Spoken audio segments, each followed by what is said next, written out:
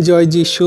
প্রভুর বাক্য বলে যোহন 17 অধ্যায়ের 1-2 পদ, যীশু এই সকল কথা কহিলেন আর স্বর্গের দিকে চক্ষু তুলিয়া বলিলেন, পিত, সময় উপস্থিত হইল, তোমার পুত্রকে মহিমান্বিত করো, যেন পুত্র তোমাকে মহিমান্বিত করেন।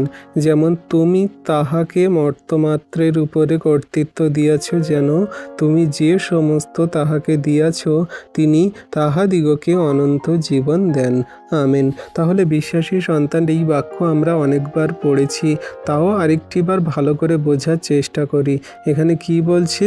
যে যীশু এই সকল কথা পিতাকে বলছে স্বর্গের দিকে চক্ষু তুলে, যে পিতা, সময় উপস্থিত হয়ে গেছে, তুমি এবারে তোমার সন্তানকে তুমি মহিমান্বিত করো, যেন তোমার সন্তান মানে প্রভু যীশুও যেন আমিও যেন তোমাকে মহিমান্বিত করতে পারি।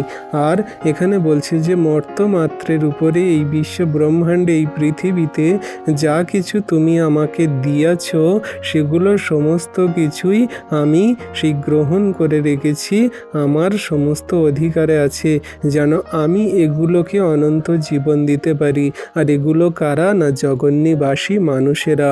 পিতা ঈশ্বর প্রভু যীশুকে পাঠিয়েছে যে তুমি যাও, জগতের সমস্ত মানুষের উপরে তুমি কর্তৃত্ব করো, মানে তাদেরকে মন, হৃদয়, আত্মাকে ফেরাও, তাদেরকে তুমি বিশ্বাসী বানাও, তোমার সেই স্বর্গের নিগূঢ় সত্যের কথা জানাও, আর যে কেউ তাহাতে বিশ্বাস করে সে অনন্ত জীবন পায়। তাহলে প্রভু যীশু এসেছিল আমাদের অনন্ত জীবন দিতে। প্রভু যীশুর কাছেই আছে অনন্ত জীবন। তাহলে বিশ্বাসী সন্তানরা, এই বাক্য কত সুন্দর, আমাদের জন্য গুরুত্বপূর্ণ। আমরা যদি সেই পিতা ঈশ্বরের ধন্যবাদ, প্রশংসা, গৌরব করি আর প্রভু যীশুর আজ্ঞা না পালন করি, তাকে বিশ্বাস না করি, তাহলে আমরা অনন্ত জীবন পাব না। কারণ অনন্ত জীবন প্রভু যীশুই দিতে পারে।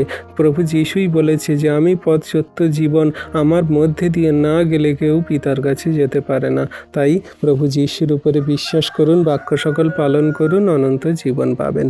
আমেন।